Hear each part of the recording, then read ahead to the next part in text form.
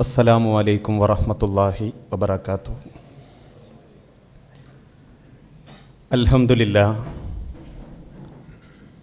അൽഹംദുലില്ലാഹി റബ്ബിൽ ആലമീൻ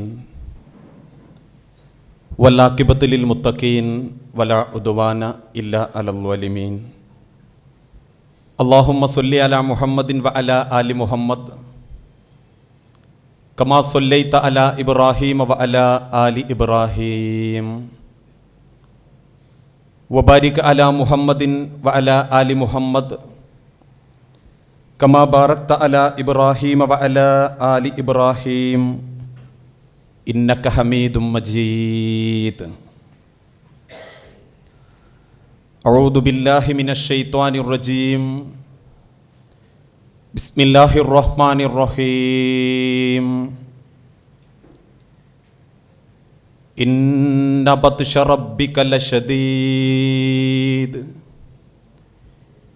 ഇന്നഹു ഹുവ യുബ്ദിഉ വ യുഈദ്. സ്നേഹാദരണീയരായ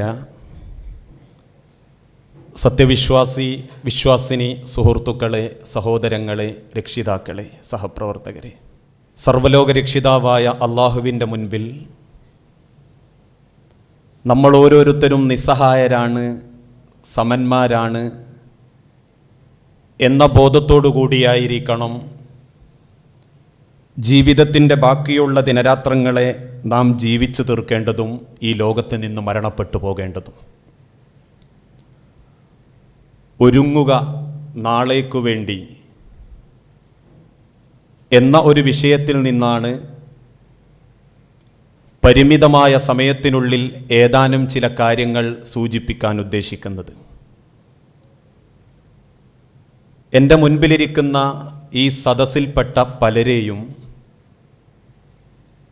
ഒരു ദിവസം മുൻപ് കണ്ടവരുണ്ട്, 2-3 ആഴ്ചകൾക്ക് മുൻപേ കണ്ടവരുണ്ട്, 4-5 മാസങ്ങൾക്ക് മുൻപേ കണ്ടവരുണ്ട്. അങ്ങനെ പലരും ഓർമ്മിക്കപ്പെടുന്ന മുഖങ്ങളായിട്ടാണ് എൻ്റെ മുൻപിലുള്ളത്.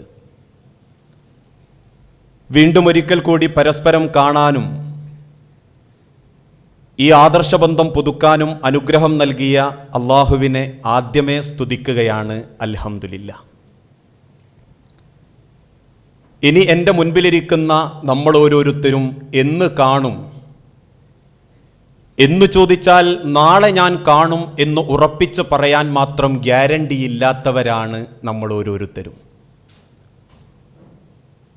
അതുകൊണ്ടാണല്ലോ ഏതാനും ചില മാസങ്ങൾക്ക് മുൻപ് ഇതേ വേദിയിൽ നിന്നൊരു പ്രഭാഷണം കേട്ട് ഒരുപാട് പ്രതീക്ഷയും സ്വപ്നങ്ങളുമായി തിരിച്ച് വീട്ടിലേക്ക് പുറപ്പെട്ട ഒരു സഹോദരി തൊട്ടടുത്ത നിമിഷം തന്നെ നമ്മളോട് വിട പറഞ്ഞിട്ടുണ്ടെങ്കിൽ അത്രമാത്രം ഗ്യാരണ്ടിയില്ലാത്ത, നാളെ നേരം പുലർത്താൻ എനിക്ക് അവകാശമുണ്ട് എന്ന് ഉറപ്പിച്ച് പറയാൻ സാധിക്കാത്ത അത്ര ബലഹീനരാണ് നമ്മൾ ഓരോരുത്തരും. ആർക്കൊക്കെ ഇഷ്ടമില്ലെങ്കിലും ആരൊക്കെ വെറുത്തിട്ടുണ്ടെങ്കിലും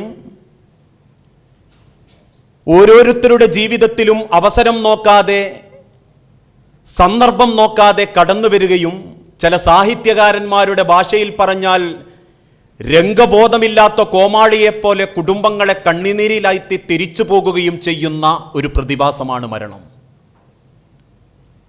അതുകൊണ്ടാണല്ലോ മുൻഗാമികളായ പല ആളുകളും വ്യാഖ്യാനിച്ചിട്ടും പാടിയിട്ടും മതിവരാതായി പോയത്. വലുത്തുക ഉമ്മുക യബ്ന ആദമ ബാക്കിയാ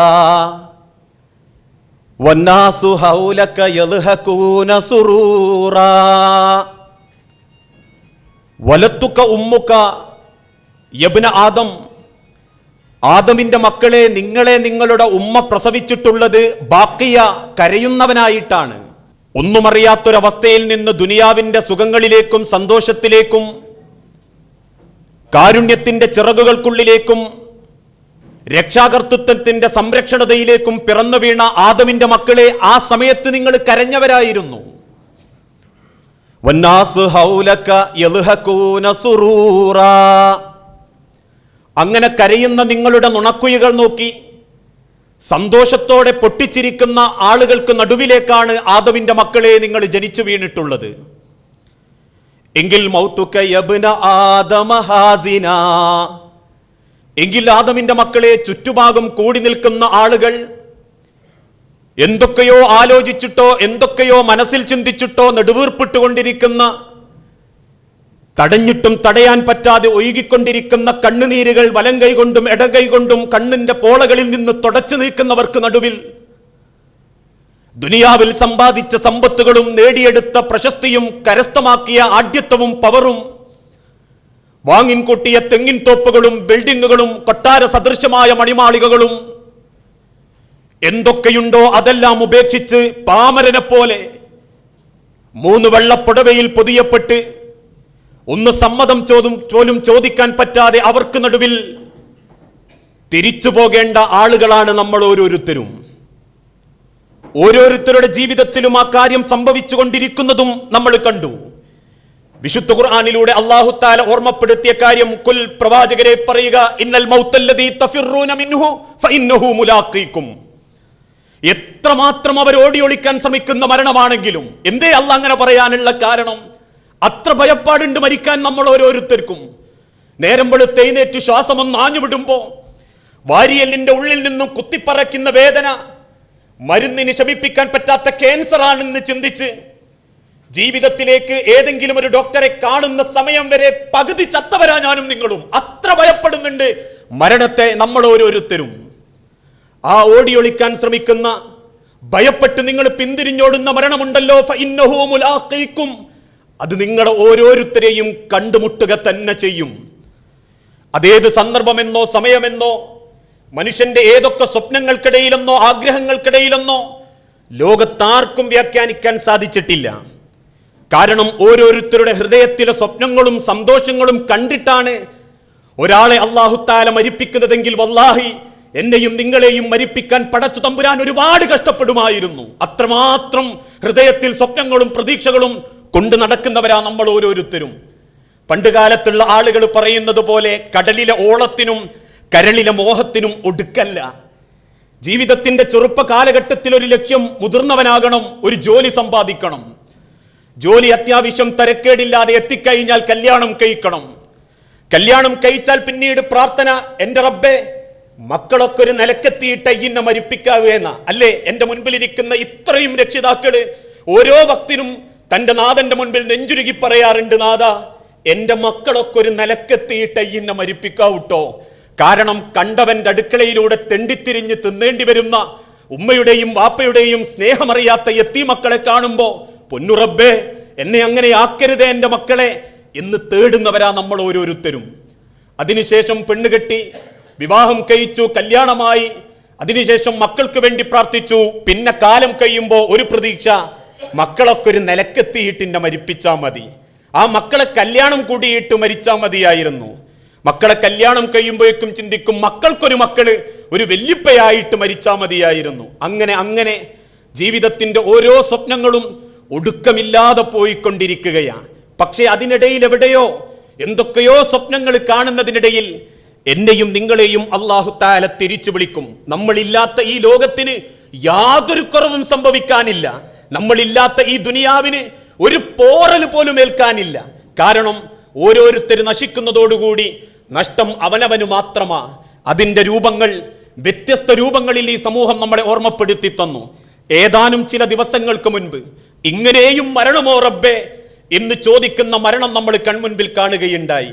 കോഴിക്കോട് ജില്ലയിൽ തന്നെ ബാലുശ്ശേരിക്കടുത്തുള്ള പ്രദേശത്ത് തന്റെ മൂത്ത മകൾ കല്യാണം കഴിഞ്ഞ് 22 വർഷം ഭർത്താവിന്റെ വീട്ടിൽ കാത്തിരുന്നു. ആ പെൺകുട്ടി ഒന്ന് മാറി താമസിക്കാൻ സാമ്പത്തിക പരാധീനകൾക്കിടയിലും ആരൊക്കെയോ സഹായിച്ച് വീടൊന്ന് മാറിക്കൂടാൻ തീരുമാനിച്ചു. ചെറിയ ഒരു 3 സെന്റിലേക്ക് വെറും 600 സ്ക്വയർ ഫീറ്റ് ഉള്ള ഒരു വീടുണ്ടാക്കി ആ വീടിലേക്ക് ഒരു ദിവസം നിശ്ചയിച്ചു, അന്നതിലേക്ക് കയറിക്കൂടാം. കയറിക്കൂടുന്നതിൻ്റെ 3 ദിവസങ്ങൾക്ക് മുൻപ് സ്വന്തം പെൺകുട്ടിക്ക് കയറിക്കൂടുമ്പോ എന്തെങ്കിലും ഒന്ന് കൊടുക്കണല്ലോ എന്ന് തീരുമാനിച്ച മാതാപിതാക്കള് 2 പേരും കൂടി ഉള്ളിയേരി അങ്ങാടിയിലേക്ക് ഇറങ്ങി.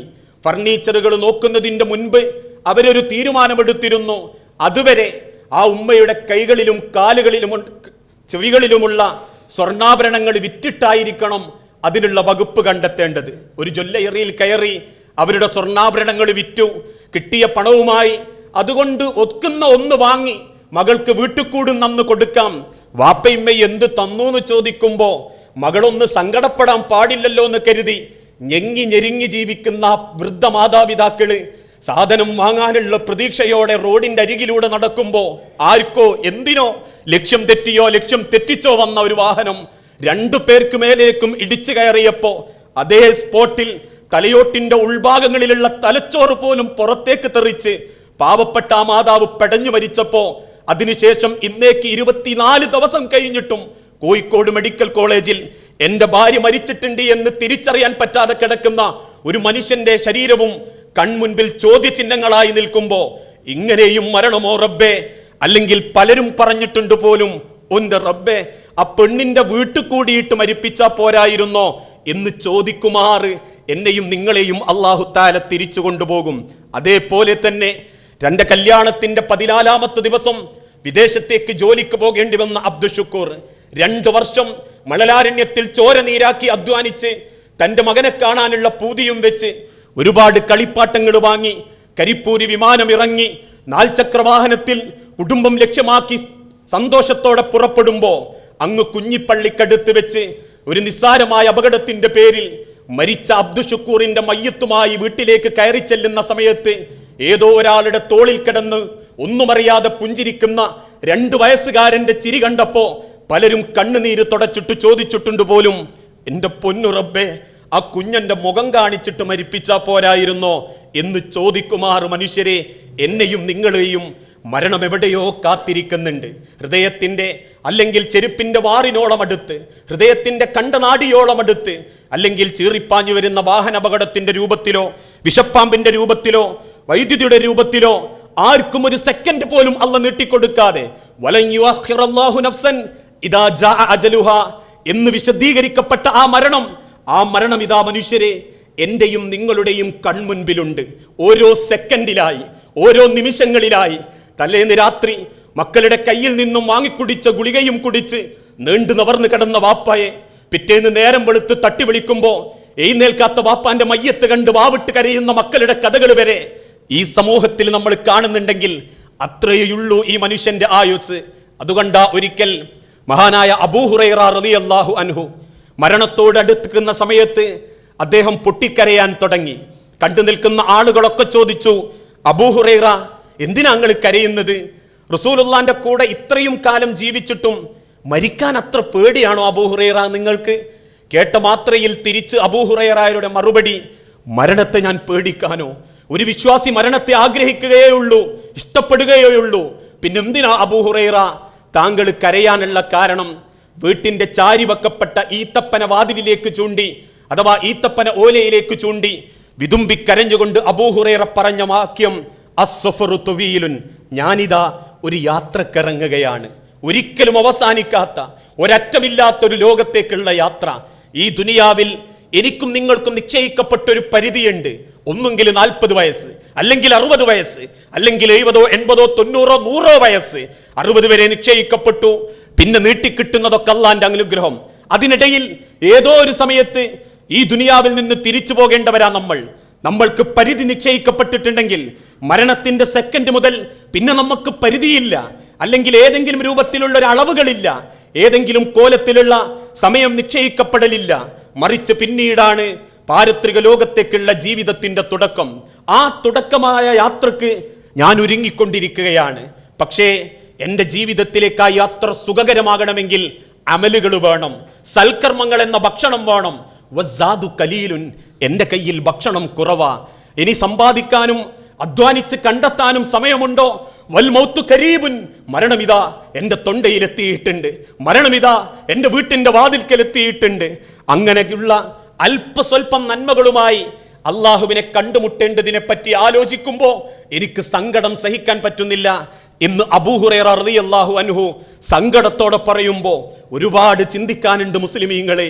ഈ ദുനിയാവിലെ 10 60 കൊല്ലം പരസ്പരം മത്സരിച്ചും പക പ്രകടിപ്പിച്ചും കടിച്ചു കീറിയും അലോഗ്യത്തിലായും സമ്പാദിച്ചും തറവാട് മഹിമയുടെ പേര് പറഞ്ഞ ആഢ്യത്വത്തിന്റെ അളവുകോല് നോക്കി പരസ്പരം പൊങ്ങച്ചം കടിച്ചും ജീവിച്ച് തീർക്കുന്നതിനിടയിൽ അല്പം നന്മ നമ്മളെ ജീവിതത്തിൽ ബാക്കി വെക്കാൻ, പാരത്രിക ലോകത്തേക്കൊരു നേട്ടമായി കരുതാൻ നമ്മളെ കൊണ്ട് സാധിച്ചിട്ടില്ലെങ്കിൽ ഒരു ഒരുങ്ങൽ തന്നെ മരണത്തിന്റെ മുൻപ് നമ്മൾ ഓരോരുത്തരും നടത്തേണ്ടതുണ്ട്.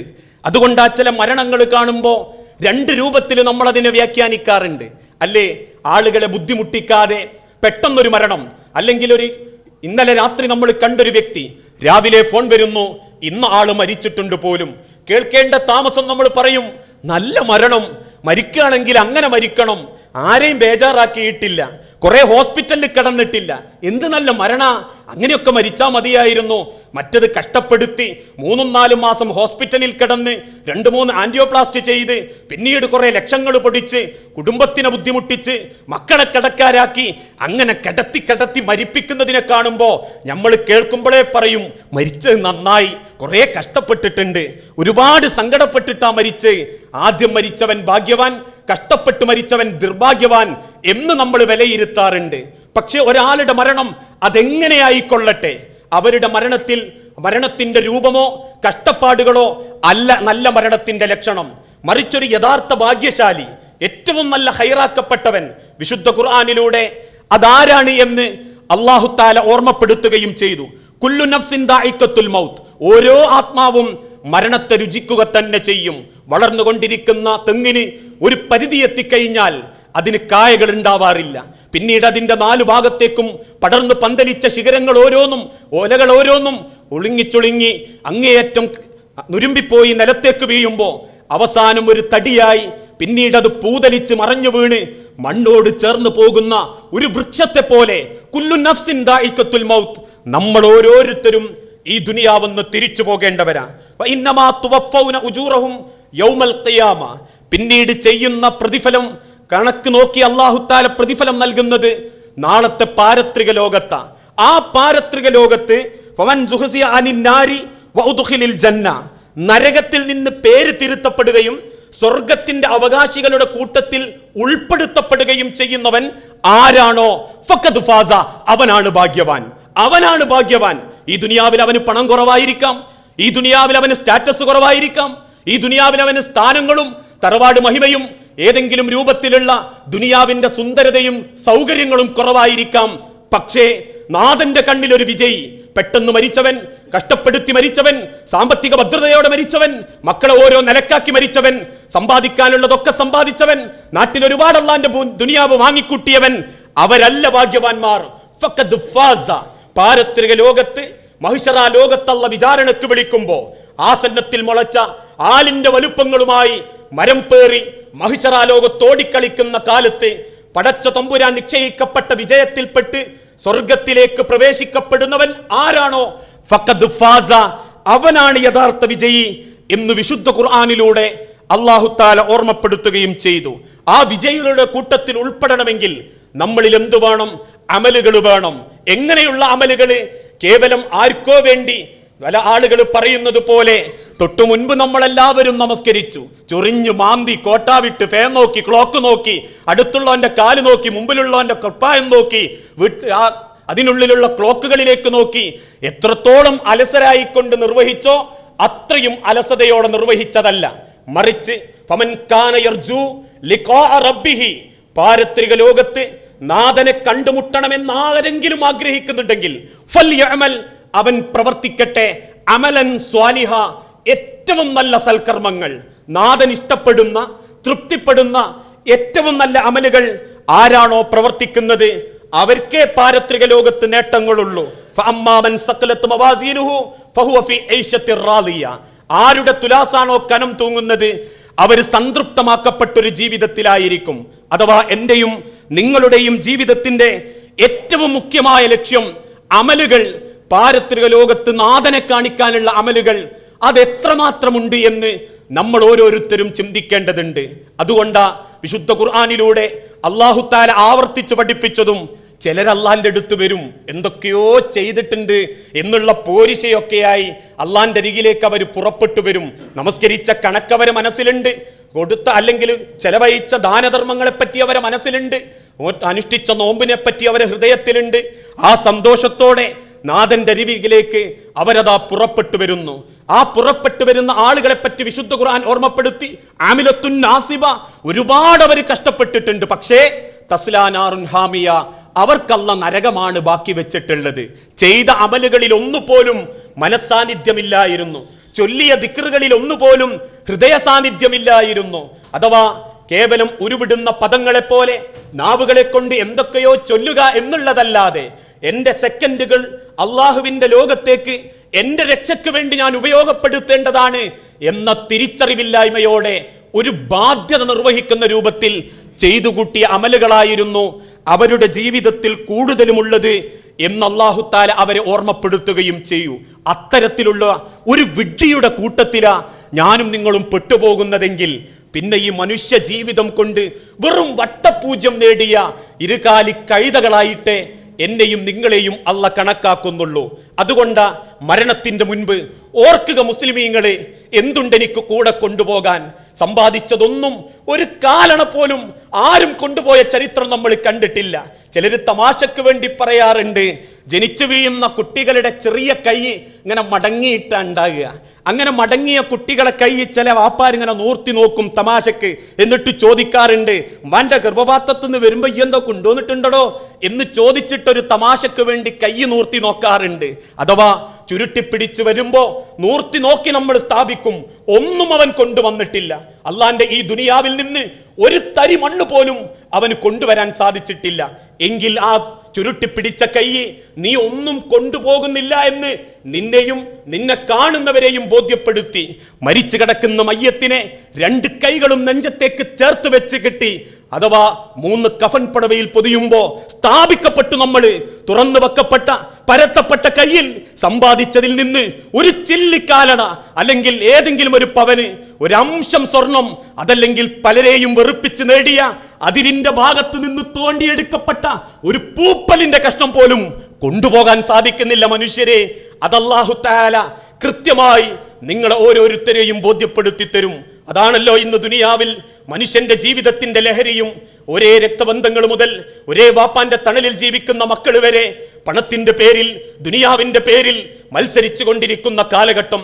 അള്ളാഹുവിന്റെ ദുനിയാവിനെ വേലി കെട്ടിത്തിരിച്ച് അത് സ്വന്തം പേരിലാക്കി സ്വന്തം രക്തങ്ങൾക്ക് പോലും വാങ്ങിയതിന്റെ വലതുഭാഗത്ത് 4ഉം 5ഉം 0 ചേർത്ത് കോടികൾ കൊയ്യുമ്പോ ആ കോടികളെ കൊണ്ട് 1ഓ 2ഓ ഉംറ ചെയ്താൽ പാപങ്ങൾ തീർന്നു എന്ന് കരുതുന്ന വിഡ്ഢികളായ ജനതയെ ഓരോ കാലണക്ക് മുൻപിലും നാഥന്റെ ചോദ്യമുണ്ട് എന്ന തിരിച്ചറിവ് ഹൃദയത്തോട് ചേർത്ത് വെച്ച് ജീവിക്കാൻ സാധിക്കുന്നവനാണ് ഒരു യഥാർത്ഥ വിശ്വാസി.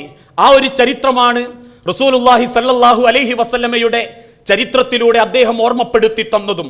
ഒരു കഥയുടെ രൂപത്തിൽ ആ ഹദീസ് വ്യാഖ്യാനിക്കാറുണ്ട്. അഥവാ സകല സൗകര്യങ്ങൾക്ക് നടുവിലേക്കും ജനിച്ചു വീഴുന്ന ഒരു ഭരണാധികാരി രാജകുമാരൻ, അയാളുടെ ഓരോ സെക്കൻഡും ആനന്ദിച്ചയാൾ ജീവിച്ചു തീർത്തു. അവസാനം ഹൃദയത്തിന്റെ അഥവാ ശരീരത്തിന്റെ ഓരോ ഭാഗങ്ങളും ചലനം മുടക്കുന്നുണ്ട് എന്നറിഞ്ഞപ്പോ അയാൾക്ക് ബോധ്യമായി, എന്റെ സമയം അവസാനിക്കാറായിട്ടുണ്ട്, മരണം എന്നെ തേടിയെത്താറായിട്ടുണ്ട്. അങ്ങനെ മരണക്കിടക്കയിൽ കിടക്കുമ്പോ അയാൾ ആലോചിച്ചു, കഴിഞ്ഞ കാലങ്ങൾ അത്രയും ഞാൻ എന്തൊക്കെ സമ്പാദിച്ചു, എനിക്ക് കൂടെ കൊണ്ടുപോകാൻ ഞാൻ ഏറെ ഇഷ്ടപ്പെട്ടത് എന്തൊക്കെയുണ്ട്. അയാളുടെ മനസ്സിലേക്ക് കടന്നു വരുന്നത് 3 ഭാര്യമാരെ കുറിച്ച. അതിൽ 1ാമത്തെ ഭാര്യ, 2ാമത്തെ ഭാര്യ, 3ാമത്തെ ഭാര്യ. ആദ്യത്തെ ഭാര്യയെ അയാൾ അടുത്തേക്ക് വിളിച്ചിട്ട് ചോദിച്ചു, പെണ്ണെ, ഞാനിതാ എൻ്റെ അവസാന സമയമായിട്ടുണ്ട്, എൻ്റെ കൂടെ നീ പോരുവോ? എൻ്റെ കൂടെ എൻ്റെ കബറിലേക്കും കബറോടമുള്ള ജീവിതത്തിലേക്കും എൻ്റെ കൂടെ നീ പോരുമോ എന്ന് ചോദിച്ചപ്പോ ആ പെണ്ണ് പരിഹാസത്തോടെ പറഞ്ഞു, വിഡ്ഢിയായ മനുഷ്യ, നിങ്ങൾ നോക്കി എന്നുള്ളതൊക്കെ നേരെന്നെയാ, ആദ്യം നിങ്ങൾ കൂടെ കൊണ്ട് നടന്നതും ഇന്നെ തന്നെയാ, പക്ഷേ എനിക്ക് വേണ്ടി കഷ്ടപ്പെട്ടു എന്ന കാരണത്തിന്റെ പേരിൽ നിങ്ങളുടെ കൂടെ ഈ കബറിന്റെ വക്ക് വരെ വരും എന്നല്ലാതെ അവിടുന്ന് അങ്ങോട്ട് നിങ്ങൾ പ്രതീക്ഷിക്കരുത്. എനിക്ക് നിങ്ങളെ നഷ്ടമാകുന്നുള്ളൂ, എന്നെ പലരും കാത്തിരിക്കുന്നുണ്ട്. ഇത് കേട്ടപ്പോ സങ്കടത്തോടെ അയാൾ ചിന്തിച്ചു, എൻ്റെ റബ്ബേ, ഇവക്ക് വേണ്ടിയായിനോ ഞാൻ ഇത്രയും കഷ്ടപ്പെട്ട്? 2ാമത്തെ പെണ്ണിനെ അടുത്തേക്ക് വിളിക്കും. എന്നിട്ട് പറയും, പെണ്ണെ, എവിടെയാണോ നീ അവിടെ വന്ന് നിന്നെ ഞാൻ കൊണ്ടുവന്നിട്ടുണ്ട്, ആരെയും കാണിക്കാതെ നിന്നെ ഞാൻ കൊണ്ടു നടന്നിട്ടുണ്ട്. ഇന്നിതാ ആരെങ്കിലും എന്നെ സഹായിക്കാനില്ലാത്ത ഈ സമയത്ത് എൻ്റെ കൂടെ നീ പോരുമോ എന്ന് ചോദിക്കുന്ന സമയത്താണ് പരിഹാസത്തോടെ 2ാമത്തെ പെണ്ണും പറയും, വിഡ്ഢിയായ മനുഷ്യ ഭർത്താവേ, നിങ്ങൾ ഇന്നെ ഒറ്റക്കല്ലേ കൊണ്ടുവന്നത്, നിങ്ങളൊന്ന് മരിച്ചു കിട്ടിയിട്ട് വേണം എനിക്ക് പലരപ്പരവും പോവാൻ. എന്നെ ഒരുപാട് ആൾക്കാർ കാത്തിരിക്കുന്നുണ്ട്. ആ ഒരു കുടുസായ നിങ്ങളെ വിട്ട് പലരെയും ഞാൻ ആഗ്രഹിക്കുന്നുണ്ട്. വേണമെങ്കിൽ നിങ്ങളുടെ ഖബറിന്റെ അരികിൽ വരെ ഞാൻ വരും. അയാൾ അപ്പോഴും ചിന്തിക്കും, എൻ്റെ റബ്ബേ, ഇവക്ക് വേണ്ടിയാണോ ഞാൻ ഇത്രയും കഷ്ടപ്പെട്ടത്? മൂന്നാമത്തെ പെണ്ണിനെ അടുത്തേക്ക് വിളിക്കും. എന്നിട്ട് പറയും, പെണ്ണെ, മറ്റു 2 ഭാര്യമാരെയും നോക്കാൻ നേരം കിട്ടിക്കഴിഞ്ഞാലേ ഞാൻ നിന്നെ നോക്കാറുള്ളൂ. നിന്നോട് ചോദിക്കാൻ എനിക്ക് മടിയുണ്ട്, എന്നാലും ചോദിക്കട്ടെ, എൻ്റെ കൂടെ നീ വരുമോ എന്ന് ചോദിക്കുമ്പോൾ ആ പെണ്ണ് ഭർത്താവിൻ്റെ അരികിലേക്ക് വന്ന് അയാളെ തലയെടുത്ത് മടിയിലേക്ക് കിടത്തിയിട്ട് പറയും, പ്രിയപ്പെട്ട ഹബീബേ, നിങ്ങളുടെ കൂടെ ഞാനുണ്ട്. പക്ഷേ പൊട്ടിക്കരയുന്നു ആ പെണ്ണ്. അത്ഭുതത്തോടെ അയാൾ ചോദിച്ചു, പെണ്ണെ, എന്തിനാ നീ കരയുന്നത്? ഭർത്താവിൻ്റെ മുഖത്തേക്ക് നോക്കി ആ പെണ്ണിൻ്റെ മറുപടി, എന്നെ നിങ്ങൾ നോക്കിയത് വളരെ കുറച്ച് സമയ. മറ്റു 2 ഭാര്യമാരെ നോക്കിക്കഴിഞ്ഞിട്ടേ നിങ്ങൾ ഇന്നെ നോക്കാറുള്ളായിരുന്നു. നിങ്ങൾ നോക്കിയ സമയം അനുസരിച്ചേ നിങ്ങളെ നോക്കാനും എനിക്ക് പറ്റൂ. അത് ഞാൻ മനസ്സിലാക്കുന്നു. വളരെ കുറച്ചാന്ന് എനിക്കറിയാം. എത്ര വരെ നിങ്ങളെ നോക്കാൻ പറ്റും എന്നെനിക്കറിയാല. പക്ഷെ അത് കുറച്ച് മാത്രമേ ഉണ്ടാവൂ. ആ സമയത്താണ് അയാൾ ചിന്തിക്കുന്നത്, എൻ്റെ നാഥ, ഇവക്ക് വേണ്ടിയായിരുന്നല്ലോ ഞാൻ സമയം കൊടുക്കേണ്ടിയിരുന്നത്. ഇതൊരു ഹദീസാ, ലോകത്തിന്റെ റസൂലുള്ള പഠിപ്പിച്ചൊരു ഹദീസ്. യത്ബഉൽ മയ്യിതു സലാസുൻ, ഒരാൾ മരിക്കുന്നതോടുകൂടി 3 കാര്യങ്ങൾ അയാളെ പിന്തുടർന്നുകൊണ്ടിരിക്കും. ഫയർജിഉ ഇസ്നാനി, അതിൽ 2 ഖബറിന്റെ അരികിൽ നിന്ന് തിരിച്ചു പോരും. ഫയബ്ഖാ വാഹിദുൻ, 1 ബാക്കിയാവുകയും ചെയ്യും. ഫയർജിഉ, മടങ്ങിപ്പോരുന്നതിൽ 1 അഹ്ലുഹു, അവന്റെ കുടുംബമായിരിക്കും. എന്റെയും നിങ്ങളുടെയും ആദ്യത്തെ ഭാര്യ. അതിന്റെ പേരിലാണല്ലോ ഈ ദുനിയാവിൽ പലതും നമ്മൾ മറക്കാനും പലതും നമ്മൾ ചെയ്യാനുമുള്ള കാരണം.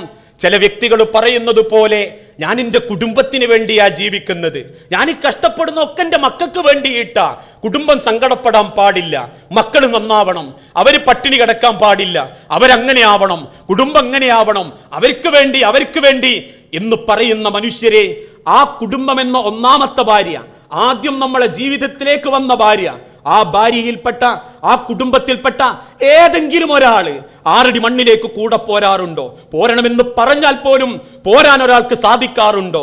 ഖബറിന്റെ അടുത്തേക്ക് കൊണ്ടുവച്ച വാപ്പാന്റെ മയ്യത്ത് ഒന്ന് എളുപ്പത്തിൽ 6 അടി മണ്ണിലേക്ക് വെച്ച് സ്ലേവിട്ട് തന്റെ കയ്യാൽ എല്ലാവരും ഇടുന്നത് കണ്ട 3 പിടി മണ്ണിട്ട് അല്ലാഹുമ്മ സബ്ബിത്തുഹു ഇൻദ സുആൽ എന്ന് നെഞ്ചറിഞ്ഞ് വാപ്പാക്കൊന്ന് പ്രാർത്ഥിക്കാൻ പോലും കെൽപ്പില്ലാത്ത, തിരക്ക് പിടിച്ച, പക്വതയില്ലാത്തൊരു കാലഘട്ടത്തിൽ ഏത് വാപ്പാക്ക് പറയാൻ സാധിക്കും, ഞാൻ മരിച്ചു പോകുമ്പോഴും എൻ്റെ മക്കളെ പ്രാർത്ഥനയുടെ കൂടെ ഉണ്ട് എന്ന്?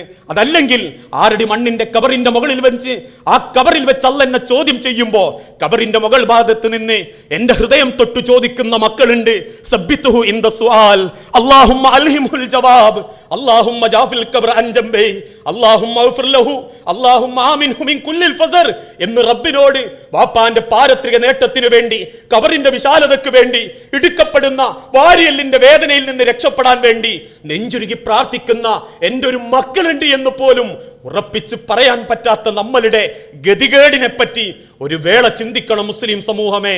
1ാമത്തെ ഭാര്യ, അവര് നമ്മളെ കൈവിടും. 2ാമത്തതോ മാലുഹു, അവന്റെ ധനം, അവന്റെ സമ്പത്തുകള്, അതും ഖബറിന്റെ അരികിൽ വെച്ച് തിരിച്ചു പോരും. ആ സമ്പാദിച്ച സമ്പത്തുകൾക്ക് മരണം വരെ ആയുസുള്ളൂ. നമ്മൾ ചോദിക്കുക, അല്ല, ഇന്ന പള്ളിന്റെ മുൻഭാഗത്തുള്ള 1 ഏക്കർ സ്ഥലം ആരുടേതാ? മരിക്കുന്നത് വരെ ആൾക്കാർ പറയെന്താ, അത് മൊയ്തുവാജിൻ്റെതാ, അത് മൊയ്തുവാജിൻ്റെതാ. ഇന്ന തറവാട്ടുകാരൻ, ശരി, അയാൾ മരിച്ചു എന്ന് സങ്കല്പിക്കുക. മരിച്ചു കഴിഞ്ഞാൽ പിന്നെ എളുപ്പത്തിൽ കുടുംബം കൂടാറുള്ളത് വീതം വെക്കാൻ വേണ്ടിയിട്ടാ. അത് 2 തരത്തിലാ വീതം വെപ്പ്. ഒന്ന് വാപ്പാന്റെ സ്വത്ത്, ഒന്ന് മരിച്ചുപോയ വാപ്പാന്റെ പെണ്ണുങ്ങൾ, സ്വന്തം ഉമ്മ, അതിനെയും വീതം വെക്കാൻ തുടങ്ങിയിട്ടുണ്ട്. ആധുനിക കാലഘട്ടമാ. 4 ആൺമക്കൾ ഉണ്ടായിപ്പോയതിന്റെ പേരിൽ 4 ആൺമക്കളുടെ വീട്ടിലും ഫുട്ബോൾ കോർട്ടിലെ പന്തിനെ പോലെ തട്ടിക്കളിപ്പിച്ച് ഏതോ ആൺമക്കളുടെ ഭാര്യമാരുടെ മുഷ്ടിയുടെ മുൻപിൽ നെഞ്ചുരുകി ജീവിക്കുന്ന അനേകായിരം രക്ഷിതാക്കൾ ഈ ദുനിയാവിലുണ്ടെങ്കിൽ അവിടെയെല്ലാം പഠിപ്പിക്കപ്പെട്ടൊരു ഇസ്ലാമുണ്ട് മുസ്ലിമീങ്ങളെ. നമ്മൾക്ക് ഈ ദുനിയാവിൽ ഏകദൈവ വിശ്വാസത്തോടൊപ്പം നാഥന്റെ ചേർത്ത് പറഞ്ഞ വിശ്വാസത്തോടെ കൂടെ പിടിക്കാനും കുടുംബത്തിന്റെ വർക്കത്താണെന്ന് കൽപ്പിക്കുകയും ചെയ്ത മാതാപിതാക്കളോടുള്ള ബന്ധം അവിടെയും വീതം വെക്കപ്പെട്ടു തുടങ്ങി. വാപ്പ മരിച്ചു, ഉമ്മാനെ വീതം വെച്ചു, ഉമ്മാരെ വീതം വെച്ചു, അല്ലെങ്കിൽ വാപ്പാരെ വീതം വെച്ചു. അവസാനം മരണത്തിന് വീതം വെച്ചതിന് ശേഷം ആൾക്കാർ ചോദിക്കും, ഇന്ന പറമ്പാരുത മരിച്ചുപോയ മൊയ്തുവാജിൻ്റെത് എന്ന് ആരും പറയാറില്ല, പിന്നെ എന്തേ പറയാറുള്ളത്? ആ റോട്ടിന്റെ അരികിലേക്കുള്ളത് മൂത്തവൻ മുനീറിൻ്റെതാ, അവിടുന്ന് തെക്കോട്ടുള്ളത് ജമാലിൻ്റെതാ, അവിടുന്ന് വടക്കോട്ടുള്ളത് സുലൈഖാൻ്റെതാ, അവിടുന്ന് ഇങ്ങോട്ടുള്ളത് വേറൊരു മോളുടേതാ. അത്രയുള്ളൂ നമ്മളെ ധനം. ഒറ്റക്ക് നമ്മൾ കൊണ്ടു നടന്ന ധനം 4 6 3 2 വിഭജിക്കപ്പെട്ട് പലരുടെ കൂടെയും പോകുന്ന ആ പണമോ ധനമോ അതും നമ്മളെ കൂടെയില്ല. ഫയബ്ഖ, പിന്നെ ബാക്കിയാവുന്നതോ അമലുഹു, അവന്റെ അമലുകൾ മാത്രം. ആ അമലുകൾ അതെത്രമാത്രം എന്റെയും നിങ്ങളുടെയും ജീവിതത്തിലുണ്ട് എന്നതാണ് പ്രസക്തമായ ചോദ്യം. മരണത്തിന്റെ മുൻപ് ദുനിയാവിൽ ഒരുപാട് മത്സരിക്കുന്നവരാ നമ്മൾ ഓരോരുത്തരും. പല അമലുകളും നല്ല രൂപത്തിൽ പ്രവർത്തിക്കുന്നവർ, പക്ഷേ പലതിലും ഹൃദയ സാന്നിധ്യമില്ലാത്തത് കൊണ്ടും ചെയ്യുന്ന കർമ്മങ്ങൾക്ക് തക്കതായ പ്രതിഫലം എന്റെ റബ്ബെനിക്ക് നൽകണം എന്ന വിശ്വാസക്കുറവ് കൊണ്ടും പല അമലുകളും ഇന്നില്ലാതായി കൊണ്ടിരിക്കുന്ന ഒരു കാലഘട്ടമാണിപ്പോ. മഹാനായ ഇബ്രാഹിം നബി അലൈഹിസ്സലാത്തു വസ്സലാം കഅബാലയം അല്ലാഹു തആല പറഞ്ഞ സ്ഥാനത്ത് മേൽനോട്ടത്തിലാണ് അത് നിർവഹിക്കുന്നത്. എന്നിട്ട് ഇബ്രാഹിം നബി പ്രാർത്ഥിക്കുന്നു നാഥനോട്, റബ്ബനാ തഖബ്ബൽ മിന്നാ, എന്റെ ഈ ഒരു കാര്യം, ഞാൻ പ്രവർത്തിച്ചിട്ടുള്ള ഈ ഒരു അമല് അത് നീ സ്വീകരിക്കണേ റബ്ബേ എന്നിൽ നിന്ന് എന്ന് പ്രാർത്ഥിച്ച് അത് നാഥനെ കൊണ്ട് വാങ്ങിപ്പിക്കുന്ന തരത്തിൽ ദുആ നടത്തിയിട്ടുണ്ടെങ്കിൽ തൊട്ടു മുൻപ് നമസ്കരിച്ച മഗ്രിബ് നമസ്കാരത്തിന്റെ പ്രതിഫലം എന്റെ അക്കൗണ്ടിലേക്ക് എന്റെ അമലായി സ്വീകരിച്ച് എനിക്ക് നീ വരവ് വെക്കണേ റബ്ബേ എന്ന് പ്രാർത്ഥിക്കാനുള്ള ഒരു നാവ് പ്രാർത്ഥന പോലും നമ്മളെ ഭാഗത്തുനിന്ന് വന്നിട്ടില്ല. യാന്ത്രികമായി നമ്മൾ അങ്ങനെ പ്രവർത്തിച്ചുകൊണ്ടിരിക്കുന്നു. മാസങ്ങൾ തീരുന്നു, റമദാൻ അടുക്കുന്നു, സജീവമാകുന്നു, വാരി പിടിക്കുന്നു, റമദാൻ തീരുന്നു, പള്ളികൾ കാലിയാവുന്നു, സകാത്ത് വരുന്നു, സകാത്തിനെ പറ്റി 100 കൂട്ടം ചോദ്യങ്ങൾ ചോദിക്കുന്നു, ചോദിച്ച് മാസം കഴിയുന്നു, അടുത്ത കൊല്ലമേത്തേക്ക് എന്ത് നീട്ടിവെക്കുന്നു. കൊടുക്കാൻ ഉഷാറുണ്ട്, കൊടുക്കാൻ താല്പര്യമുണ്ട്, കൈകൊണ്ട് കൊടുക്കാൻ താല്പര്യപ്പെടാത്തവരുണ്ട്. ആ രൂപത്തിൽ ഓരോന്നും കാലക്രമേണ ഒരേ രൂപങ്ങളിൽ കഴിഞ്ഞു പോകുന്നതല്ലാതെ ഓരോ സെക്കൻഡിലും എത്രമാത്രം എന്ന് ചോദിച്ചാൽ സഹാബാക്കളുടെ ജീവിതം പരിശോധിച്ചാൽ മനസ്സിലാക്കാം. ഒരമല് ചെയ്യുമ്പോൾ അതുകൊണ്ട് അല്ല എനിക്ക് എന്ത് തരാനുണ്ട് എന്ന് ചിന്തിച്ചിട്ടേ അവരാ അമല് ചെയ്യൂ. അതുകൊണ്ടാ താബീങ്ങളുടെ കാലഘട്ടത്തിലുള്ള ഒരു ചരിത്രം, താബീങ്ങളുടെ കൂട്ടത്തിൽപ്പെട്ട പലരും നേരം വെളുക്കുമ്പോൾ, വീട്ടിലേക്ക് പുറത്തേക്കിറങ്ങുമ്പോൾ, വസ്ത്രം ധരിക്കുമ്പോൾ, ചെരുപ്പ് ധരിക്കുമ്പോൾ ഓരോന്നിലും അതിലെത്ര അഹസനാക്കാം എന്നവർ ചിന്തിക്കാറുണ്ടായിരുന്നു. നേരം വെളുക്കുന്ന സമയമാണല്ലോ, ഒന്ന് വലത്തോട്ട് ചിരിഞ്ഞ് എഴുന്നേറ്റ് അൽഹംദുലില്ലാഹില്ലദീ അഹ്യാന ബഅദമാ അമാതന വ ഇലൈഹിൻ നുശൂർ എന്നൊന്ന് പ്രാർത്ഥന ചൊല്ലി അമലുകൾ രേഖപ്പെടുത്തപ്പെട്ടു. നല്ല റാഹത്തായ ഒരു ജനനം, അഥവാ മരണത്തിൽ നിന്നുള്ള തിരിച്ചുള്ള ജനനം. അത് എഴുന്നേറ്റ് ചെന്നു, ബാത്റൂമിലേക്ക് കയറി, ദിക്ർ ചൊല്ലി ബാത്റൂമിലേക്ക് കയറി, അഥവാ അതിൻ്റെ അകത്തേക്ക് കയറി പേസ്റ്റ് എടുത്തു. പല്ല് തേക്കൽ അവനവന്റെ സൗകര്യം, അവനവന്റെ വൃത്തിയാകുന്നതോടൊപ്പം എനിക്ക് അമല് ആ അള്ളാഹുവിന്റെ അരികിലേക്ക് എങ്ങനെ നന്മയാക്കാൻ പറ്റും. ആ പേസ്റ്റ് അഥവാ അതിൻ്റെതായ ബ്രഷുകൾ വലതുഭാഗം കൊണ്ട് ആരംഭിച്ചു. അമല് രേഖപ്പെടുത്തപ്പെട്ടു. കാരണം റസൂലുള്ളാഹി സ്വല്ലല്ലാഹു അലൈഹി വസല്ലമ എപ്പോൾ അറാക്കിന്റെ കൊള്ളിക്കഷണം എടുത്തോ പല്ല് തേക്കാൻ വലത്തെ ഭാഗത്തേക്കായിരുന്നു ആദ്യം കൊണ്ടുപോകാറുള്ളത്. വലതിനെ മുന്തിക്കാൻ ലോകത്തിന്റെ റസൂൽ കൽപ്പിക്കുകയും ചെയ്തു. അഥവാ അത് കഴിഞ്ഞു, വസ്ത്രമെടുത്തു. റസൂലുള്ളാഹി സ്വല്ലല്ലാഹു അലൈഹി വസല്ലമ വലത്തെ കൈയായിരുന്നു ആദ്യം ഇടാറുള്ളത്. അമല് രണ്ടാമത്തതും രേഖപ്പെടുത്തപ്പെട്ടു. ചെരുപ്പ് ധരിച്ചു, വലത്തേക്കാൽ ആദ്യം ധരിച്ചു. വീട്ടിൽ നിന്നിറങ്ങി ദിക്ർ ചൊല്ലിയിട്ട് പുറത്തേക്കിറങ്ങി. രാവിലത്തെ ചായ കുടിക്കാൻ ഇരുന്നു. ചായക്ക് മുൻപ് അല്ലാഹു തആല പഠിപ്പിച്ച കുടിക്കുന്നതിന്റെ മുൻപുള്ള ബിസ്മി ചൊല്ലി കൈകൾ വൃത്തിയാക്കി. അങ്ങനെ ഓരോന്നും ഈ അമല് കൊണ്ട് എനിക്ക് അല്ലാഹുവിന്റെ കോടതിയിൽ എന്തിന്റെ നന്മയായിട്ട് എന്ന് ചിന്തിച്ച് പ്രവർത്തിച്ചവരായിരുന്നു നബി സല്ലല്ലാഹു അലൈഹി വസല്ലമയുടെ സഹാബാക്കളും താബിഈങ്ങളും താബിഈങ്ങളും എന്ന് ചരിത്രം പരിശോധിച്ചാൽ നമുക്ക് മനസ്സിലാക്കാൻ സാധിക്കും. അതുകൊണ്ടാണ് ഉമർ ഇബ്നുൽ ഖത്താബ് പഠിപ്പിച്ചതും ഹാസിബു ഖബ്ല അൻ തുഹാസബു, അള്ളാഹുവിന്റെ വിചാരണക്ക് മുൻപ് നമ്മൾ ഓരോരുത്തരും നമ്മളെ ഒന്ന് വിചാരണ ചെയ്തു നോക്കണം. എൻ്റെ അമലുകൾ എത്ര? ഈ ലോകത്ത് നിന്ന് മരിച്ചു പോകുമ്പോൾ ഞാൻ സമ്പാദിച്ചതിൽ, അതല്ലെങ്കിൽ ഞാൻ കഴിച്ചതിൽ എനിക്ക് അള്ളാഹുവിന്റെ മുൻപിൽ അപമാനിക്കപ്പെട്ട് നിൽക്കേണ്ട ഗതികേടുണ്ടാകുമോ? എൻ്റെ വസ്ത്രം, എൻ്റെ പാർപ്പിടം, എൻ്റെ കുടിനീർ, അങ്ങനെ ഓരോന്നും അള്ളാഹു തആല ഇഷ്ടപ്പെടാത്ത രൂപത്തിലും മാർഗത്തിലുമാണെങ്കിൽ അത് ഉപയോഗപ്പെടുത്തി ഞാൻ ചെയ്യുന്ന അമലുകളിൽ ഒന്നുപോലും അള്ളാഹുവിന്റെ കോടതിയിൽ എനിക്ക് കണ്ടെത്താൻ സാധിക്കുകയില്ലല്ലോ എന്ന ചിന്തയോടെ സ്വന്തം ജീവിതത്തെ ചിട്ടപ്പെടുത്താൻ സാധിക്കണം, ഒരുങ്ങാൻ നമ്മളെ കൊണ്ട് സാധിക്കണം. അതിലേറ്റവും പ്രധാനപ്പെട്ടതാണ് നാഥനിലുള്ള വിശ്വാസം. ഏകദൈവ വിശ്വാസത്തിൽ അധിഷ്ഠിതമായി അമലുകൾ പ്രവർത്തിച്ചെങ്കിൽ മാത്രമേ ഏതമലുകളും അല്ലാഹു തആല സ്വീകരിക്കുകയുള്ളൂ. ആ വിശ്വാസം ഇന്നത്തെ കാലഘട്ടത്തിൽ വമാ ഖദറുല്ലാഹ ഹഖ്ക ഖദരിഹി, അല്ലാഹുവിനെ മനസ്സിലാക്കേണ്ട പ്രകാരം ആരും മനസ്സിലാക്കപ്പെടാത്തൊരവസ്ഥയാണ് ഇന്നത്തെ സാമൂഹിക അന്തരീക്ഷത്തിൽ പല ഭാഗത്തും നമ്മൾ കണ്ടുകൊണ്ടിരിക്കുന്നത്. ഓരോ വിഷയത്തെക്കുറിച്ചും ഇതിൽ അല്ലാഹു തആല തൃപ്തിപ്പെടാനുണ്ടോ, അല്ലാഹ് തൃപ്തിപ്പെടുമോ ഇല്ലേ എന്നാ വിഷയത്തെക്കുറിച്ച് 100% അറിഞ്ഞിട്ടും ആ അമലുകൾ ഇല്ലായ്മ ചെയ്യുക, അതിൽ നിന്ന് മാറി നടക്കുക എന്ന ഒരു നിലപാടാണ് പല കാര്യങ്ങളിലും ഇന്ന് മുസ്ലിം സമൂഹം നമ്മൾ ഓരോരുത്തരും ചെയ്യാറുള്ളത്. ഉദാഹരണമായി ഇസ്ലാമിലെ വിവാഹരംഗം, ലോകത്തിന്റെ റസൂലുള്ള പഠിപ്പിച്ച ഏറ്റവും അനുഗ്രഹപൂരിതമായ, നാഥന്റെ ബർക്കത്ത് ലഭിച്ചുകൊണ്ടിരിക്കുന്ന, നാഥൻ ഇഷ്ടപ്പെടുന്ന ഏറ്റവും നല്ലൊരു അമലാണ് അഥവാ ഇസ്ലാമിക ചര്യയാണ് വൈവാഹിക രംഗം, വിവാഹവേദി എന്നുള്ളത്. ഇസ്ലാം അതിന് പഠിപ്പിച്ച മര്യാദ എന്താ? ഖൈറുൻ നിക്കാഹി ഐസുറുഹു, ലളിതമായത്, അങ്ങേയറ്റം അവനവന്റെ കഴിവിനനുസരിച്ചിട്ടുള്ളത്. അങ്ങനെയുള്ള വിവാഹങ്ങളാണ് അല്ലാഹു തആല ഇഷ്ടപ്പെടുക. അങ്ങനെ അല്ലാഹുവിന്റെ ഇഷ്ടം നോക്കുന്നവർക്ക് ഏതവസരത്തിലും അള്ളാന്റെ സഹായം ഉണ്ടാകുമെന്നും ചരിത്രം പരിശോധിച്ചാൽ നമുക്ക് മനസ്സിലാക്കാനും സാധിക്കും. ആ രൂപത്തിലാണ് നമ്മളുടെ ജീവിതമെങ്കിൽ ഇന്ന് ഏത് രംഗത്ത് പിടികൂടിയതുപോലെയും വൈവാഹിക രംഗത്ത് പിടികൂടിയിട്ടുള്ള ഒട്ടനവധി ദുരാചാരങ്ങൾ ഇല്ലായ്മ ചെയ്യാൻ നമ്മളെ കൊണ്ട് സാധിക്കുമായിരുന്നു. പക്ഷേ അവനവന്റെ കാര്യമെടുക്കുമ്പോൾ ഈ വിഷയത്തിൽ ചില ആളുകൾക്ക് നാഥന്റെ തൃപ്തി നോക്കാൻ ഇഷ്ടം തോന്നാറില്ല. കുടുംബക്കാരെല്ലാവരും വരണം, എല്ലാ മക്കളും വരണം, എല്ലാവർക്കും ഒരു താല്പര്യം ഉണ്ടാവണം. കല്യാണം എന്നൊക്കെ പറയുമ്പോൾ അതൊക്കെ ഒരു രസമുള്ള കാര്യമല്ലേ, ആഘോഷിച്ചിട്ടില്ലെങ്കിലും ഒരു സന്തോഷം ഉണ്ടാകുന്ന സമയമല്ലേ, അതുകൊണ്ട് അതൊക്കെ അങ്ങോട്ട് പറ്റും, ആവശ്യമുള്ളവർ ചെയ്തോട്ടെ, ആവശ്യമില്ലാത്തവരത് ചെയ്യണ്ട, നിങ്ങൾ എന്തിനു വിമർശിക്കാൻ പോണം എന്ന് ചോദിച്ച് കയ്യൊയ്യുന്നൊരു സംസ്കാരമുണ്ടല്ലോ. ആ സംസ്കാരമുള്ളവന്റെ ഹൃദയത്തിൽ വമാ ഖദറുല്ലാഹ ഹഖ്ക ഖദരിഹി, നാഥനെ തിരിച്ചറിയാനുള്ള രൂപത്തിൽ തിരിച്ചറിയാൻ അവനെ കൊണ്ട് സാധിച്ചിട്ടില്ല. നാഥന്റെ തൃപ്തിയാണ് ആഗ്രഹിച്ചതെങ്കിൽ ദുനിയാവിൽ എന്തൊക്കെ കോലാഹലങ്ങൾ ഉണ്ടായാലും നാഥന്റെ തൃപ്തിക്കെതിരായി ഒരു കാര്യം പോലും ചെയ്യാൻ അത്തരക്കാര് തയ്യാറാവില്ലായിരുന്നു. മുസ്ലിം സമൂഹത്തിലെന്ന പോലെ എല്ലാ സമൂഹത്തിലും പടർന്നു പിടിച്ചുകൊണ്ടിരിക്കുന്ന ആചാരങ്ങള്, വിവാഹത്തിന്റെ മുൻപുള്ള ഫോൺ വിളികൾ മുതൽ അല്ലേ, ഇസ്ലാം പഠിപ്പിച്ചൊരു പെണ്ണിന്റെ ഹലാലാക്കപ്പെട്ടത് മഹറാണെന്നിരിക്കെ കണ്ടുപോകുന്ന ചെറുപ്പക്കാരന്റെ വക ഏറ്റവും വില കൂടിയ മൊബൈൽ കൊടുത്തയക്കുമ്പോ അതാണ് മഹറെന്ന് കരുതി വേഗം കെട്ടിച്ചു കൊടുക്കുന്ന സംസ്കാരത്തിലേക്കെങ്കിലും മുസ്ലിം സമൂഹം എത്തിപ്പെട്ടിട്ടില്ല എങ്കിൽ കൊടുത്ത മഹറിന്റെ മുൻപുള്ള മൊബൈൽ ഫോണിന്റെ പേരിൽ കണ്ട ചെറുപ്പക്കാരനെ വഞ്ചിച്ച്, അഥവാ കണ്ടുപോയി ഇഷ്ടപ്പെട്ടു പോയ ചെറുപ്പക്കാരനെ വഞ്ചിച്ച് അതേ മൊബൈലിനെ കൊണ്ട് മറ്റുള്ളവന്റെ കൂടെ പോയ 5ഉം 8ഉം വാർത്തകൾ ഓരോ ദിവസവും ഈ ഇട്ടാവട്ടത്ത് നിന്ന് നമ്മൾ കേൾക്കുന്നുണ്ടെങ്കിൽ അവിടെയും ഇസ്ലാം പഠിപ്പിച്ചതാ മര്യാദയാ. എളുപ്പത്തിൽ നിക്കാഹ് നടത്തുക, പറഞ്ഞു വെക്കുന്ന സമ്പ്രദായം, മാസങ്ങൾ നീട്ടിവെക്കുന്ന സമ്പ്രദായം കല്യാണം തീരുമാനിച്ചിട്ടുണ്ട്. എപ്പോഴാ? അടുത്ത കൊല്ലം, അടുത്ത ഡിസംബറിൽ. അവനെപ്പോഴാ വരിക? ഡിസംബറിൽ അവൻ വരും, എന്നിട്ട് നിക്കാഹ് നടത്തും. പിന്നെ കല്യാണപ്പെടാ അതൊരു 4 മാസം കൂടി കഴിഞ്ഞിട്ട് സകല ട്രൂപ്പുകാരെയും വിളിച്ച് സകല ആഡംബരങ്ങളും കാണിച്ച് പിന്നിട്ടൊരു കല്യാണം.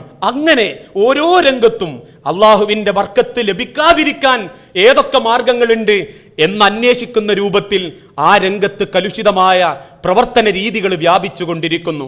ഒരൊറ്റ ചരിത്രം, സമയം അധികരിച്ചു എന്നറിയാം, എന്നാലും മഹാനായ ഹുദൈഫത്തുൽ യമാൻ റളിയല്ലാഹു അൻഹുവിന്റെ ചരിത്രം. ഹുദൈഫത്തുൽ യമാൻ ബദറിന്റെ രണാങ്കണത്തിൽ വെച്ച് ഒരു ശത്രുവിനെ കൊല ചെയ്തിരുന്നു. ആ ശത്രുവിന്റെ 2 മക്കൾ ഹുദൈഫത്തുൽ യമാനെ ഒരു കച്ചവട യാത്ര കഴിഞ്ഞ് തിരിച്ചു വരുമ്പോൾ ബന്ധസ്ഥനാക്കി. എന്നിട്ട് ഹുദൈഫത്തുൽ യമാൻ റളിയല്ലാഹു അൻഹുവിനെ ചങ്ങലകളിൽ ബന്ധിച്ച് അവർ കൊട്ടാരത്തിൽ കൊണ്ടുവന്നു. മൃഗീയമായി ഹുദൈഫ റളിയല്ലാഹു അൻഹുവിനെ അവർ പീഡിപ്പിച്ചു. എന്തൊക്കെ പീഡനങ്ങൾ ഏറ്റിട്ടും അള്ളാഹുവിന്റെ മാർഗത്തിൽ നിന്നൊന്ന് വ്യതിചലിക്കാൻ, ഒരു ചിന്ത പോലും മാറ്റിപ്പറയാൻ ഹുദൈഫത്തുൽ യമാൻ റളിയല്ലാഹു അൻഹു തയ്യാറായില്ല. അവസാനം ഇത് കണ്ടുനിന്ന ശത്രുക്കളുടെ മക്കള് ദേഷ്യത്തോടെ കൽപ്പിച്ചു, ഹുദൈഫയെ നിങ്ങൾ തുറുങ്കിലടയ്ക്കുക, ഒരു തുള്ളി വെള്ളം പോലും ഹുദൈഫ റളിയല്ലാഹു അൻഹുവിന് കൊടുക്കാൻ പാടില്ല. ഈ ചരിത്രം നമ്മളെ ഓർമ്മപ്പെടുത്തുന്നത് അള്ളാഹുവിന്റെ തൃപ്തിയും അള്ളാഹുവിന്റെ ഇഷ്ടവും നോക്കിയാൽ ആരൊക്കെ എതിരായാലും എന്തൊക്കെ എതിരായാലും നാഥന്റെ സഹായം അത്തരക്കാർക്ക് വന്നെത്തും എന്ന ചരിത്രമാ ഹുദൈഫയെ വെളിച്ചം കടക്കാത്ത ഒരു തുള്ളി വെള്ളം കിട്ടാത്ത കരാഗ്രഹത്തിലേക്ക് അവർ കൊണ്ടച്ചടച്ചു. 2 ദിവസങ്ങൾക്ക് ശേഷം ഹുദൈഫയെ കാണാൻ ശത്രുവിന്റെ മക്കൾ രണ്ടാളും കയറി വന്നു. വാതിൽ തുറന്ന ആ 2 പേരും അത്ഭുതത്തോടെ പറയുന്ന വാക്യം, ഹുദൈഫയദാ സന്തോഷത്തോടെ മുഖപ്രസന്നതയോടെ കാരക്കയുടെ വലുപ്പത്തിലുള്ള ഒരു പ്രത്യേകതരം കായ കടിച്ചു തിന്നുകൊണ്ടിരിക്കുന്നു. അത്ഭുതത്തോടെ ആളുകൾ ചോദിച്ചു, ആരാണ് ഇതിൻ്റെ ഉള്ളിലേക്ക് ഇത് എത്തിച്ചിട്ടുള്ളത്? എല്ലാവരും കൈമലർത്തി. ഒരീച്ച പോലും അതിൻ്റെ ഉള്ളിലേക്ക് കയറിയിട്ടില്ല എന്ന് പാറാവുകാർ ഉത്തരവ് കൊടുത്തു. അള്ളാഹുവിന്റെ സഹായം അവിടെയും അവസാനിച്ചിട്ടില്ല. ദേഷ്യം പിടിച്ച മക്കൾ കൽപ്പിച്ചു, ഹുദൈഫയെ തുണ്ടം തുണ്ടമായി വെട്ടി മരത്തിൽ കെട്ടിത്തൂക്കിയിട്ടേക്കുക. അങ്ങനെ ആ ഹുദൈഫത്തുൽ യമാനിനെയും വഹിച്ച് ശത്രുക്കൾ തുറസായ സ്ഥലത്തേക്ക് പുറപ്പെടുമ്പോ ചങ്ങലകളാൽ ബന്ധിക്കപ്പെട്ട 2 കൈയും കൊണ്ട് നാഥനോട് ഹുദൈഫ പ്രാർത്ഥിച്ച പ്രാർത്ഥന, എന്റെ റബ്ബേ, എന്റെ ശരീരത്തെ വികൃതമാക്കാൻ സമ്മതിക്കരുത് റബ്ബേ, എന്റെ മയ്യത്തിനെ വികൃതമാക്കാൻ സമ്മതിക്കരുത് റബ്ബേ. ആ ഒരു പ്രാർത്ഥന മാത്രം ഹുദൈഫയെ ജനമധ്യത്തിൽ വെച്ച് കുന്തം കൊണ്ട് ശത്രുക്കൾ കുത്തിക്കൊന്നു. ആ മരണപ്പെട്ട ഹുദൈഫയുടെ ശരീരങ്ങൾ വെട്ടിമാറ്റാൻ വേണ്ടി ഓരോ ശത്രുക്കളും വാളുമായി പുറപ്പെട്ടപ്പോ എവിടെ നിന്നറിയില്ല, നസലമിന സമാ, ആകാശത്ത് നിന്നതാ ഒരു പറ്റം മൂളിപ്പറക്കുന്ന വണ്ടുകളുടെ വലുപ്പത്തിലുള്ള ഈച്ചകൾ വന്ന് ഹുദൈഫയെ പൊതിഞ്ഞു കളഞ്ഞു. വാളുമായി വരുന്ന ശത്രുവിന്റെ നേരെ ഈച്ചകൾ പാറിയെടുത്തു. അവർ പിന്തിരിഞ്ഞോടി. ഈച്ചകൾ ഹുദൈഫയുടെ മേൽ വന്നിരുന്നു. വീണ്ടും ശത്രുക്കൾ ഹുദൈഫയുടെ അടുത്തേക്ക് വന്നു. ഈച്ചകൾ ചീറിയെടുത്തു. അവർ പിന്തിരിഞ്ഞു പോയി. വിശുദ്ധ ഖുർആനിന്റെ വെളിച്ചത്തിൽ ചരിത്ര ഗ്രന്ഥം രേഖപ്പെടുത്തുന്നു, ശരീരത്തിന്റെ ഒരു രോമം പോലും വെട്ടിയെടുക്കാൻ ശത്രുക്കളെ കൊണ്ട് സാധിച്ചിട്ടില്ല. അത്രമാത്രം സഹായം നാഥന്റെ അരികിൽ നിന്ന് സഹാബാക്കൾക്ക് വന്നെത്തിയിട്ടുണ്ടെങ്കിൽ നമ്മൾ ഒരുങ്ങുക ആ വിശ്വാസത്തിലേക്ക്. ആ വിശ്വാസമേ ഏത് രംഗത്തും നമുക്ക് സമാധാനം നൽകൂ. ലോകത്തിന്റെ പ്രവാചകന്റെ വചനങ്ങളെ ഹൃദയത്തോട് ചേർത്ത് വെക്കുക. ലോകത്ത് മുസ്ലിമീങ്ങൾ കൂടുതലാണെങ്കിലും മുസ്ലിമീങ്ങളതാ ഇന്ന് മറ്റുള്ളവർക്ക് കളിപ്പാവകളായി മാറിക്കൊണ്ടിരിക്കുന്നു, വേദനിച്ചു കൊണ്ടിരിക്കുന്നു.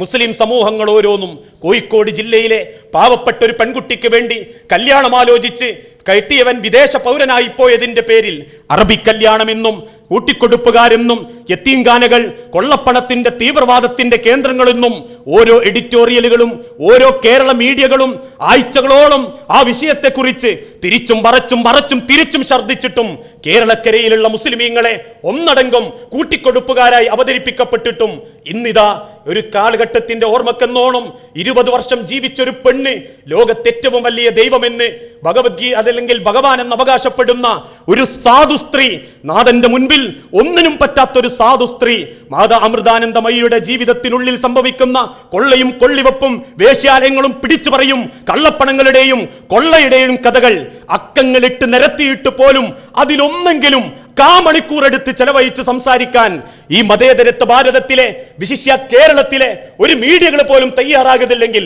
മുസ്ലിം സമൂഹമേ, ഉള്ളുകളിലൂടെ മനുകൾ പോലും അറിയാതെ കൃത്യമായ ഒരു അജണ്ട ഈ കേരളക്കലയിൽ നടപ്പിലാക്കപ്പെട്ടുകൊണ്ടിരിക്കുന്നു എന്ന തിരിച്ചറിവ് ലോകത്തിന്റെ പ്രവാചകനെയും പ്രവാചകന്റെ വചനങ്ങളെയും തിരസ്കരിക്കപ്പെടുന്നതിലേക്ക് മനുഷ്യ സമുദായത്തെ കൊണ്ടെത്തിക്കാൻ ഇസ്ലാം തീവ്രവാദത്തിന്റെയും വർഗീയതയുടെയും രാജ്യത്തിനെതിരെന്നും പിറന്ന നാടിനെ ഒറ്റിക്കൊടുക്കുന്നവരെന്നും സ്ഥാപിക്കാൻ വേണ്ടി ഫാസിസ്റ്റ് ചിന്താഗതിക്കാര് മത്സരിച്ചു കൊണ്ടിരിക്കുമ്പോ സ്വന്തം ജീവിതം കൊണ്ട് ഈ സമൂഹത്തിന് കാണിച്ചു കൊടുക്കാൻ പറ്റണം ആരാണ് മുസ്ലിം എന്ന്, ഏതായിരിക്കണം മുസ്ലിം എന്ന്.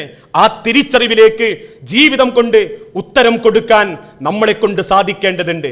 അതാണ് ലോകത്തിന്റെ റസൂൽ വിശുദ്ധ ഖുർആനിലൂടെ അല്ലാഹു തആല പഠിപ്പിച്ചതും. വമാ ആതാക്കുമുർ റസൂൽ ഫഹുദു, എന്താണോ ലോകത്തിന്റെ റസൂലുള്ള എത്തിച്ചു തന്നത് അത് ജീവിതത്തിൽ സ്വീകരിച്ചേക്കുക. ഇന്നത്തെ സമൂഹത്തിനിടയിൽ വർദ്ധിച്ചു കൊണ്ടിരിക്കുന്ന അക്രമങ്ങൾ, സമയത്തിന്റെ പരിമിതിയുണ്ട്, നീട്ടിവലിച്ച് വിശദീകരിക്കുന്നില്ല. കുടുംബങ്ങൾ താറുമാറായിക്കൊണ്ടിരിക്കുന്നു. 10ാം ക്ലാസ് പഠിക്കുന്ന പെൺകുട്ടികൾക്ക് അങ്ങേയറ്റം മറ്റുള്ളവരെ കണ്ട് ഉൾഭാഗം വരെ തിരിച്ചറിയാൻ പറ്റുന്ന ക്യാമറ ഫോണുകൾ കൊടുക്കുമ്പോൾ മനുഷ്യന്റെ മലമൂത്ര വിസർജന രംഗങ്ങൾ പോലും ആസ്വദിക്കപ്പെടുന്ന ഒരു സംസ്കാരത്തിലേക്ക് ഈ സമൂഹത്തിലെ യൗവനങ്ങൾ, യുവാക്കൾ, കുടുംബങ്ങൾ, ജാരന്മാർ, ജാരത്തികൾ വ്യാപിച്ചു കൊണ്ടിരിക്കുന്നു എന്ന തിരിച്ചറിവ്. അവിടെയെല്ലാം കൃത്യമായൊരു ധാരണ, എൻ്റെ പെണ്ണ്, ഞാൻ മഹർ കൊടുത്ത് കല്യാണം കഴിച്ച എൻ്റെ ഭാര്യ, അവളോട് എനിക്ക് കടപ്പാടുണ്ട്. എന്നെ പോറ്റുന്ന, എൻ്റെ കുടുംബം പോറ്റുന്ന, എൻ്റെ മക്കളെ പോറ്റുന്ന എൻ്റെ പെണ്ണിനോടുള്ള കടപ്പാടും കടമയും നിർവഹിക്കാൻ എനിക്ക് സാധിച്ചിട്ടില്ലെങ്കിൽ പാരത്രിക ലോകത്ത് അള്ളാഹുവിനോട് ഞാൻ കണക്ക് പറയേണ്ടതായി വരും. സാമ്പത്തിക രംഗത്ത് എൻ്റെ ധനം എൻ്റെതല്ല, നാഥൻ്റെ അനുഗ്രഹമാണ്. അതിൽ ഹറാമുണ്ടോ അള്ളാഹു എന്നെ അവഗണിക്കും, എന്നെ അവൻ പരിഹസിക്കും. ദുനിയാവിൽ 100ന്റെ സ്ഥാനത്ത് 1000 കിട്ടിയപ്പോൾ ഞാൻ അഹങ്കരിച്ചിരുന്നു.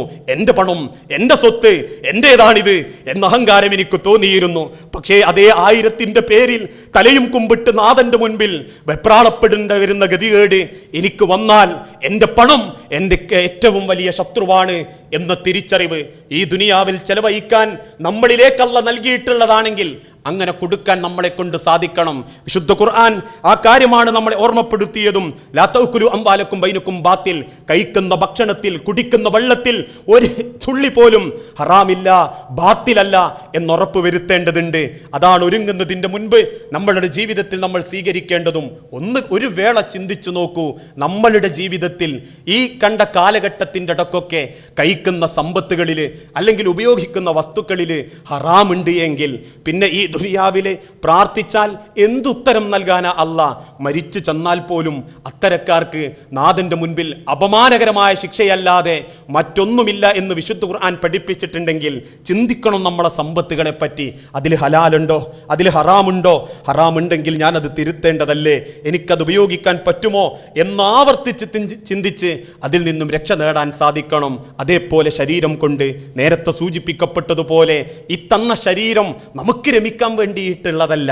അടിച്ചു പൊളിച്ച് വേണ്ടാത്ത ഭക്ഷണ സംസ്കാരങ്ങൾ വരുത്തി അതിന്റെ പേരിൽ വീക്കായി ബ്ലോക്കായി പിന്നെ 10-40 ദിവസം ഹോസ്പിറ്റലിൽ കിടന്ന് ഉള്ള സമ്പാദ്യത്തിന്റെ 3% അവിടെ കൊടുത്ത് ആർക്കൊക്കെ വേണ്ടി എന്തിനൊക്കെ വേണ്ടി കുത്തഴിഞ്ഞൊരു ജീവിതം നയിക്കാനല്ല ഈ ആരോഗ്യം അല്ലാഹു തആല നൽകിയിട്ടുള്ളത്. ഈ ആരോഗ്യത്തിന്റെ ഓരോ സെക്കൻഡുകളും ഉപയോഗിക്കേണ്ട രംഗത്ത് ഉപയോഗിക്കാൻ നമ്മളെ കൊണ്ട് സാധിക്കണം. കണ്ണെത്തുന്ന സ്ഥലത്തേക്ക് അഥവാ മനസ്സെത്തുന്നിടത്ത് കണ്ണെത്തുകയും കണ്ണെത്തുന്നിടത്ത് ശരീരമെത്തുകയും ചെയ്യുന്ന കാലത്ത് ആ ഉത്തരവാദിത്വം നമുക്ക് നിർവഹിക്കാൻ സാധിക്കണം. മക്കയിൽ നിന്ന് മദീനത്തേക്ക് 450-ലധികം കിലോമീറ്ററുകൾ നഗ്നപാതരായി നടന്ന് ഇസ്ലാമിന്റെ ആദർശം പറഞ്ഞ സഹാബാക്കള് ആ കാലഘട്ടത്തിൽ ജീവിച്ച് സ്വർഗം നേടിയിട്ടുണ്ടെങ്കിൽ ആ കിലോമീറ്ററുകൾ താണ്ടാൻ വേഗം കൂടിയ വാഹനങ്ങളുള്ള ഇന്നത്തെ കാലഘട്ടത്തിൽ ഒരു 15 മിനിറ്റ് നടക്കാൻ പോലും കെൽപ്പില്ലാതെ അങ്ങേയറ്റം മുരടിപ്പും മുഷിപ്പും കാണിക്കുന്നവരാണെങ്കിൽ സ്വന്തം ശരീരം തന്ന നാഥനോട് എന്തുത്തരമാ നമുക്ക് പറയാനുണ്ടാകുക? ഈ ദുനിയാവിൽ ഒന്നും നമ്മളുടേതല്ല, ഒക്കെ അള്ളാഹിൻ്റെതാ. അതിനൊക്കെ അള്ള നിയന്ത്രണവും വെച്ചിട്ടുണ്ട്. എൻ്റെ ശരീരം നാഥൻ്റെതാ. ആ ശരീരം എന്തൊക്കെ ആസ്വദിക്കണം, എങ്ങനെയൊക്കെ ഉപയോഗിക്കണം, എൻ്റെ നാഥനൊരു രേഖ നിശ്ചയിച്ചിട്ടുണ്ട്. എൻ്റെ മനസ്സ് എനിക്കെന്തും ചിന്തിക്കാൻ അവകാശമല്ല.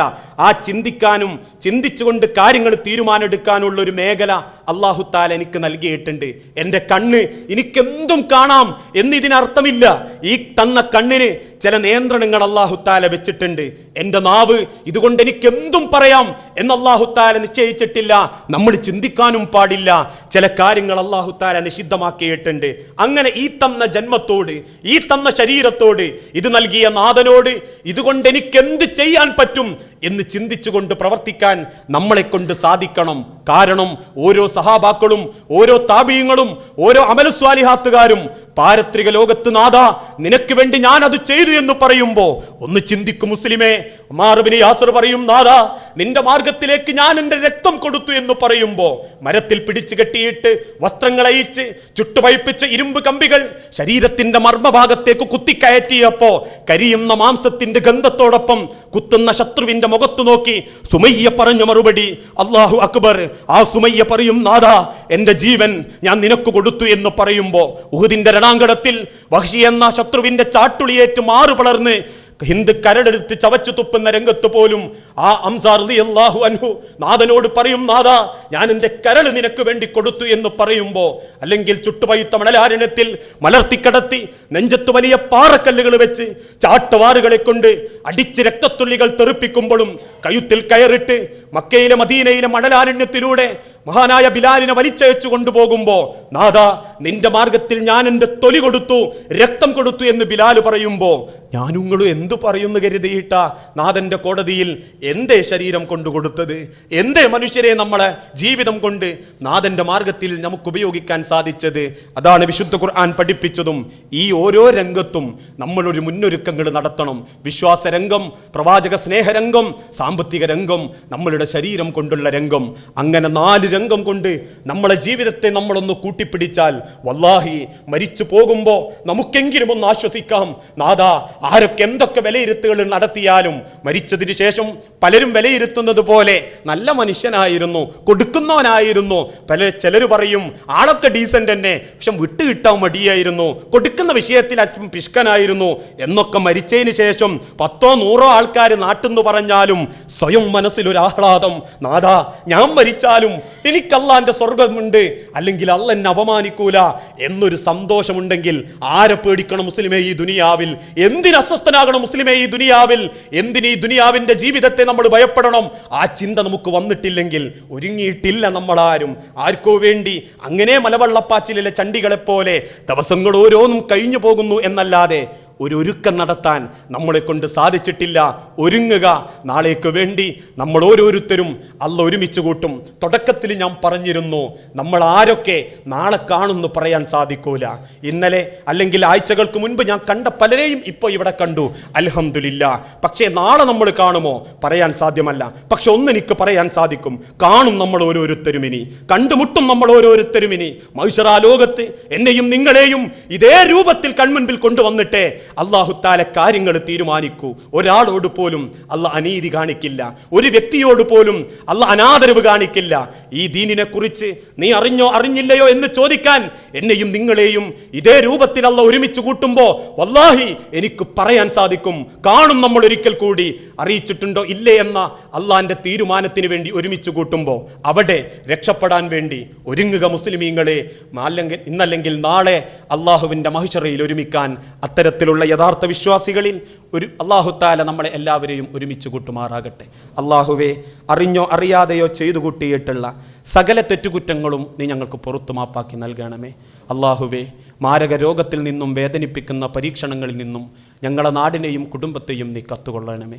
അല്ലാഹുവേ, മക്കളില്ലായ്മ കൊണ്ട് പരീക്ഷിക്കപ്പെടുന്ന ഇണകൾക്ക് മക്കളെന്ന അനുഗ്രഹം കൊടുത്ത് അവരോട് നീ കരുണ കാണിക്കണമേ. അല്ലാഹുവേ, ഒരുപാട് സങ്കടത്തിൻ്റെ പേരിൽ, ഒരുപാട് പ്രയാസത്തിൻ്റെ പേരിൽ മനസ്സ് വേദനിക്കുന്ന അനേകങ്ങളുണ്ട് നാഥ. അവരുടെ പ്രയാസങ്ങളെല്ലാം അവർക്ക് സമാധാനവും സന്തോഷവും നൽകി നീ അവർക്ക് നീക്കിക്കൊടുക്കണമേ. അല്ലാഹുമ്മ അജ്ർനാ മിനന്നാർ, അല്ലാഹുമ്മ അജ്ർനാ മിനന്നാർ, അല്ലാഹുമ്മ അജ്ർനാ മിനന്നാർ. റബ്ബനാ തഖബ്ബൽ മിന്നാ ഇന്നക അൻത സമീഉൽ അലീം വതുബ് അലൈന ഇന്നക അൻത തവ്വാബുർ റഹീം. നാദാ, പ്രാർത്ഥിക്കണമെന്ന് വസിയത്ത് തന്നവരുണ്ട്, പ്രാർത്ഥിക്കാമെന്ന് വസിയത്ത് കൊടുത്തവരുണ്ട്. എല്ലാവരുടെയും എല്ലാ സൽക്കർമ്മങ്ങളും നീ സ്വീകരിച്ച് എല്ലാവർക്കും നന്മയും ബർക്കത്തും നൽകണമേ. വസല്ലല്ലാഹു അലാ നബീന. അസ്സലാമു അലൈക്കും വറഹ്മത്തുള്ളാഹി.